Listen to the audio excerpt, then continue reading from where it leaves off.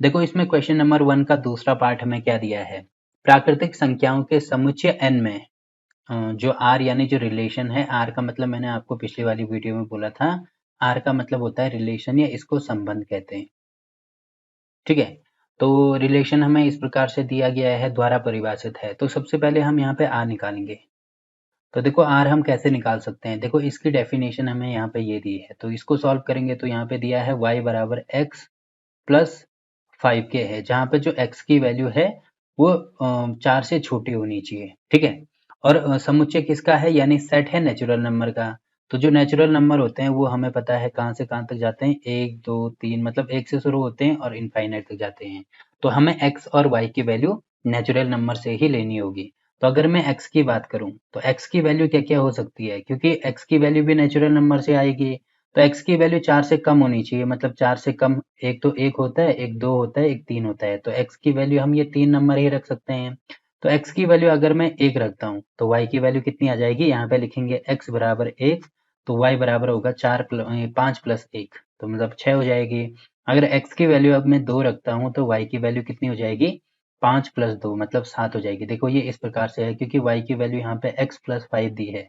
तो x की value पहले 1 रखेंगे तो 6 आएगा, फिर 2 रखेंगे तो यहाँ पे 7 आएगा। अब x की वैल्यू 3 रखेंगे तो y की वैल्यू कितनी आ जाएगी, 8 आ जाएगी। तो जो रिलेशन है, जो संबंध है, वो हमारे पास क्या क्या आया, x1 y6, क्योंकि संबंध इस प्रकार से हमें दर्शाना है x कॉमा y के रूप में। तो यहाँ पे कर देंगे 1 और यहाँ पे 6 हो जाएगा, x1 y6।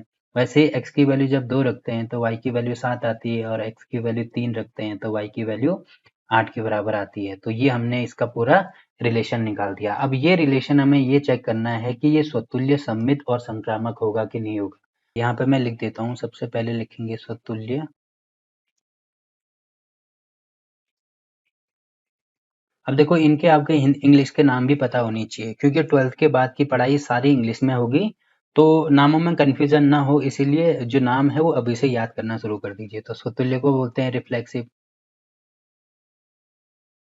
सममित को बोलते हैं सिमेट्रिक, और संक्रामक को बोलते हैं ट्रांजिटिव। ठीक है, अब देखो रिफ्लेक्सिव क्या होता है, ये मैंने आपको पिछली वाली वीडियो में भी बोला था कि कोई रिलेशन हमें दिया है, तो इसमें रिफ्लेक्सिव में सबसे पहले एक एलिमेंट लिया जाता है। जो सिमेट्रिक होता है यानी सममित होता है, उसमें 2 एलिमेंट लिए जाते हैं, और जो संक्रामक होता है यानी जो ट्रांजिटिव होता है, उसमें 3 एलिमेंट लिए जाते हैं। तो पहले इसमें एक एलिमेंट लिया जाएगा, एक एलिमेंट वो कोई भी हो सकता है। तो अगर मैं एक एलिमेंट लेता हूँ किससे, ये जो हमें समुच्चय दिया है नेचुरल नंबर का समुच्चय, क्योंकि हम यहाँ पे लिखेंगे, मान लीजिए जो नेचुरल नंबर का समुच्चय है वो 1 2 3 4, क्योंकि यहाँ पे ये चीज हमें दी है। ठीक है, कि सारे जितने भी एलिमेंट होंगे वो सारे हमें नेचुरल नंबर से लेने हैं। तो जो ए बिलोंग करेगा वो नेचुरल नंबर को करेगा। तो अगर ए नेचुरल नंबर को बिलोंग कर रहा है तो उस कंडीशन में क्या होगा, जो एक्स की वैल्यू और वाई की वैल्यू, ठीक है, एक्स की वैल्यू और वाई की वैल्यू अगर दोनों सेम आते हैं, यानी एक्स और वाई की वैल्यू, ये जो आर है इसमें बिलोंग करती है। देखो केवल एक एलिमेंट होगा तो वो किस में बिलोंग करता है, वो समुच्चय में बिलोंग करता है।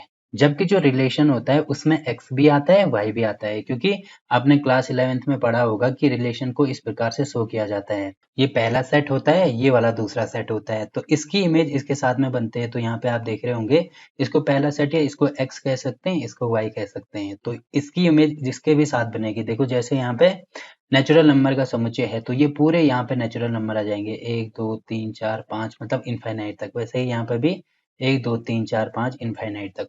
अब देखो क्योंकि हमें यहाँ पे कंडीशन दी है, रिलेशन में हमें केवल इतने ही एलिमेंट लेने हैं। ठीक है, मतलब x की वैल्यू जब 1 होगी तो x की वैल्यू इसमें आएगी, तो 1 होगी तो y की वैल्यू किस पे बन रही है, 6 बन रही है, तो 1 का 6 के साथ में बनेगा यहाँ पे, क्योंकि 6 भी आएगा। ठीक, वैसे ही 2 का बनेगा 7 के साथ में, 3 का बनेगा 8 के साथ में। तो ये 3 एलिमेंट, यहाँ से 3 एलिमेंट आ रहे हैं, यहाँ से 3 एलिमेंट आ रहे हैं, तो ये सारे x के एलिमेंट हैं, ये सारे y के एलिमेंट हैं। ठीक, तो वही चीज यहाँ पे दी गई है कि दोनों अगर एक ही होते हैं, जैसे यहाँ से अगर मैं एक का एलिमेंट लेता हूँ या एक एलिमेंट एक लेता हूँ तो यहाँ से भी एक ही आना चाहिए। अगर ये इसमें बिलोंग कर रहा है तभी हम ये कह सकते हैं कि ये क्या होगा, स्वतुल्य होगा, ये रिफ्लेक्सिव होगा। ठीक है, अब दूसरी कंडीशन ये होती है कि ए कॉमा बी। देखो इस कंडीशन में यहाँ पे ये भी लिख देना स्टार्टिंग में, ए और बी, ये बिलोंग करेगा किसको, नेचुरल नंबर को बिलोंग करेगा। तो अब दो अलग अलग एलिमेंट अगर हम लेते हैं, तो ये अगर जो ये आर रिलेशन वाला आर है, ये तो रियल नंबर वाला लिख दिया, यहाँ पर केवल आर ऐसे होगा, ठीक है। अब ये जो बिलोंग करेगा रिलेशन में, तब क्या होता है, तब लिख देना, या इसमें यहाँ पे इस प्रकार से डैश लगा के लिख देना कि जो बी ए है, जैसे ए बी मतलब एक एक है, दूसरा 6 है, तो एक 6 अगर बिलोंग कर रहा है आर में, तो इसका उल्टा मतलब 6 एक भी बिलोंग करना चाहिए आर में, तभी क्या कहलाएगा, ये इसमें बिलोंग करता है, तो तभी वो सममित या सिमेट्रिक कहलाएगा। वैसे ट्रांजिटिव के लिए, जैसे रिफ्लेक्सिव के लिए एक एलिमेंट लिया, सिमेट्रिक के लिए 2, तो ट्रांजिटिव के लिए 3 एलिमेंट ए बी सी अगर हम लेते हैं, ये बिलोंग कर रहा है नेचुरल नंबर में, तो अगर ए कॉमा बी ये बिलोंग कर रहा है रियल नंबर में, एंड और अगर बी कॉमा सी ये बिलोंग कर रहा है किसमें, रियल रिलेशन में, ये आर रिलेशन का है, मैं पता नहीं क्या क्या बोल रहा हूँ, आर ये ध्यान रखना रिलेशन का है। जब भी मैं इस प्रकार का आर बनाऊंगा तो ये रियल नंबर का आर होगा, जब भी केवल आर बनाऊंगा तो ये समझ जाना कि ये रिलेशन का आर है, ठीक है। तो ये हो गया। अब ये दोनों चीजें अगर मौजूद होते हैं तो तभी उस कंडीशन में, देखो जब ये दोनों मौजूद होंगे तभी, अगर केवल ये मौजूद होगा, ये मौजूद होगा, उस कंडीशन की बात नहीं कर रहा हूं मैं, जब ये भी मौजूद हो, ये भी मौजूद हो, तब क्या होना चाहिए, देखो बी इन दोनों से कनेक्टेड है, यानी बी हम हटा देंगे तो ए कॉमा सी, बी हटा दे तो यहाँ पे ए बचा, ये सी बचा, तो ये भी बिलोंग होना चाहिए आर में। अब ये बिलोंग होता है तो तभी वो ट्रांजिटिव कहलाएगा, ठीक। अब एक एक करके देखो सॉल्व करते हैं। यहाँ पे आप देख रहे होंगे कि पहली कंडीशन तभी सेटिस्फाई होगी जब दोनों इसमें मौजूद होने चाहिए। अब देखो नेचुरल नंबर आप यहाँ पे देख रहे होंगे कि नेचुरल नंबर में तो बहुत सारे एलिमेंट आ रहे हैं, क्योंकि इसमें दिया है कि प्राकृतिक संख्याओं का समुच्चय है, मतलब एक एक भी आना चाहिए, दो दो भी आना चाहिए, तीन तीन भी आना चाहिए। तो यहाँ पे ए के लिए ऐसे लिख देना कि एक एक, एक एक आ गया, उसके बाद दो दो भी चेक करेंगे, दो दो आ गया, उसके बाद तीन तीन भी चेक करेंगे।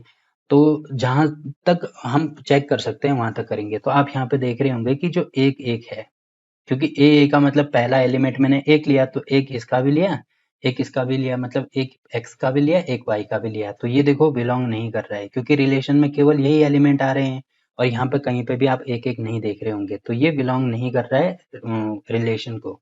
अब बिलोंग नहीं कर रहा है, इसीलिए ये क्या नहीं होगा, स्वतुल्य नहीं होगा। इसका एक ही आप यहाँ पे ये वाला एलिमेंट लिखते हैं तो यहीं से हमारा काम बन जाएगा, क्योंकि एक बिलोंग नहीं कर रहा है तो वो रिफ्लेक्सिव नहीं होने वाला।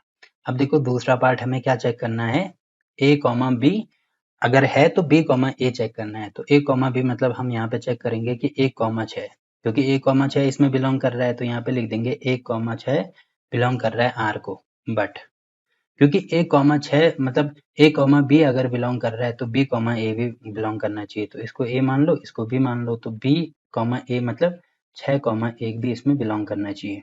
बट ये तो रिलेशन में बिलोंग नहीं कर रहा है, क्योंकि 6 और 1 कहीं पे भी नहीं है, इसका मतलब ये सिमेट्रिक भी नहीं होगा, ठीक है। अब तीसरी कंडीशन, अगर एक 6, देखो हमें ये देखना है, जैसे यहाँ पे 6 है, तो स्टार्टिंग में देखो 6 कहाँ पे आ रहा है, तो 6 देखो स्टार्टिंग में कहीं पे भी नहीं आ रहा है। वैसे ही अगर 2 7 करते हैं तो हमें 7 देखना है, क्योंकि अगर मैं यहाँ पे 2 7 करता हूँ तो यहाँ पे मुझे 7 मिलना चाहिए, बाकी यहाँ पे कोई भी एलिमेंट मिले उससे कोई फर्क नहीं पड़ेगा।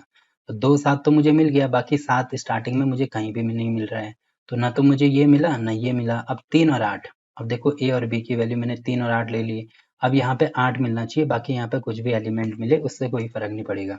तो यहाँ पे देखो मुझे 3 और 8 तो मिल गया, बट 8 कहीं पे नहीं मिल रहा है स्टार्टिंग में, ना यहाँ पे मिल रहा है ना यहाँ पे मिल रहा है। इसका मतलब मैं ये कह सकता हूँ, देखो मैंने क्या बोला आपको, ट्रांजिटिव के लिए अगर ये होगा और ये होगा, ये दोनों कंडीशन मौजूद होंगी, तभी मैं इसमें जाऊंगा, ठीक है, तभी मैं इसमें जाऊंगा। अगर ये चीज, ये दोनों देखो इसमें मौजूद नहीं है, एक मौजूद है तो दूसरा मौजूद नहीं है, तो अगर पहला मौजूद है दूसरा मौजूद नहीं है, तो इसका मतलब ये होगा कि वो ट्रांजिटिव होगा,